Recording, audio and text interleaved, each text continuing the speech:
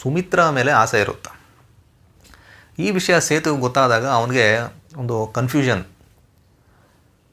ನಂತರ ಮಾಧವನಿಗೆ ದೇವುವೊಂದಿಗೆ ಮದುವೆ ಆಗುತ್ತೆ. ಅವನು ಆ ಅಮ್ಮಾಯಿಯವರ ಮನೆಗೆ ಹೊರಟೋಗ್ತಾನೆ.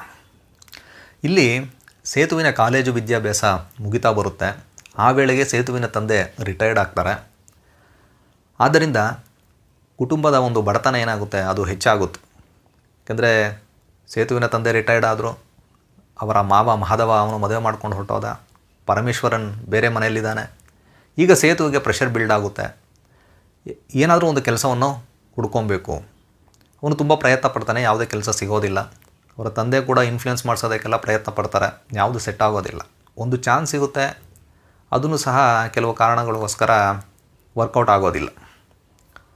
ಕೊನೆಗೆ ಸೇತು ಪಟ್ಟಣಕ್ಕೆ ಬಂದು ಶ್ರೀನಿವಾಸ ಮುದಲಾಳಿ ಎನ್ನುವವರ ಕಂಪನಿಯಲ್ಲಿ ಒಬ್ಬ ಕ್ಲರ್ಕ್ ಆಗಿ ಸೇರಿಕೊಳ್ತಾನೆ. ಈ ಶ್ರೀನಿವಾಸ ಮುದಲಾಳಿ ಅಂದರೆ ಓನರ್ ಅಂತ. ಅವರಿಗೆ ಎಲ್ಲ ರೀತಿಯ ಅಭ್ಯಾಸಗಳು ಇರುತ್ತೆ, ಕುಡಿಯೋದು, ಹೆಂಗಸರು, ಇದೆಲ್ಲ.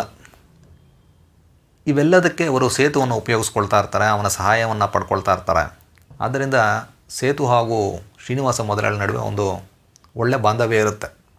ಈ ನಡುವೆ ಏನಾಗುತ್ತಂದರೆ ಸೇತುವಿಗೆ ಈ ಶ್ರೀನಿವಾಸ ಮುದಲಾಳಿಯವರ ಮಡದಿ ಲಲಿತಾ ಅಂತ ಅವರ ಸಂಪರ್ಕ ಸಿಗುತ್ತೆ. ನಿಧಾನವಾಗಿ ಸೇತು ಹಾಗೂ ಲಲಿತಾ ಅವರ ನಡುವೆ ಒಂದು ಬಾಂಧವ್ಯ ಬೆಳೆಯೋದಕ್ಕೆ ಶುರುವಾಗುತ್ತೆ. ಆಮೇಲೆ ಕೆಲವು ಅನಿರೀಕ್ಷಿತ ಘಟನೆಗಳಿಂದ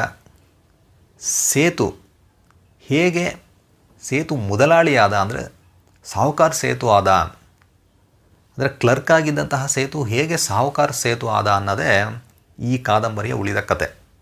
ಯಾವುದೇ ಒಬ್ಬ ವ್ಯಕ್ತಿಯ ಜೀವನದಲ್ಲಿ ಈ ಯೌವನ ಅನ್ನೋದೇನಿದೆ ಅದು ತುಂಬ ಮುಖ್ಯವಾದಂತಹ ಕಾಲಘಟ್ಟ. ಆ ಒಂದು ವಯಸ್ಸಿನಲ್ಲಿ, ಒಂದು 17-18 ವರ್ಷ ವಯಸ್ಸಿನಲ್ಲಿ ಒಬ್ಬ ಮನುಷ್ಯನಿಗೆ ಸಹಜವಾಗಿ ತನ್ನ ಜೀವನದ ಬಗ್ಗೆ ಇರುವಂತಹ ಆಸೆ, ಆಕಾಂಕ್ಷೆ, ಬಯಕೆ ಹಾಗೂ ಎಕ್ಸ್ಪೆಕ್ಟೇಷನ್ಸ್ ಏನಿದೆ, ಇದೆಲ್ಲ ಅವನಿಗೆ ಒಂದು ಕನ್ಫ್ಯೂಷನ್ ಮತ್ತು ಒಂದು ಡಿಲ್ಯೂಷನ್ನ ಕ್ರಿಯೇಟ್ ಮಾಡುತ್ತೆ. ಆ ಒಂದು ವಯಸ್ಸಿನಲ್ಲಿ ಒಬ್ಬ ವ್ಯಕ್ತಿ ತೆಗೆದುಕೊಳ್ಳುವಂತಹ ನಿರ್ಧಾರಗಳು ಹಾಗೂ ಆಯ್ಕೆಗಳು ಇದೇ ಅವನ ಮುಂದಿನ ಜೀವನವನ್ನು ರೂಪಿಸುತ್ತೆ. ಅಲ್ಲಿ ಒಬ್ಬ ವ್ಯಕ್ತಿ ಎಡವದ ಅಂದರೆ ಅವನ ಮುಂದಿನ ಜೀವನ ತುಂಬ ಕಾಂಪ್ಲಿಕೇಟ್ ಆಗುತ್ತೆ ಅನ್ನೋದು. ಹಾಗೂ ಆ ವಯಸ್ಸಿನಲ್ಲಿ ಎಲ್ಲ ತುಂಬ ಸುಂದರವಾಗಿ ಕಾಣುತ್ತೆ, ಎಲ್ಲ ಅಟ್ರಾಕ್ಟಿವ್ ಆಗಿ ಕಾಣ್ತಾ ಇರುತ್ತೆ. ಈಸಿಯಾಗಿ ನಾವು ಕೆಲವೊಂದು ತಪ್ಪಾದ ನಿರ್ಧಾರಗಳನ್ನು ತೆಗೆದುಕೊಳ್ಳುವಂತಹ ಒಂದು ಪರಿಸ್ಥಿತಿ ಇರುತ್ತೆ.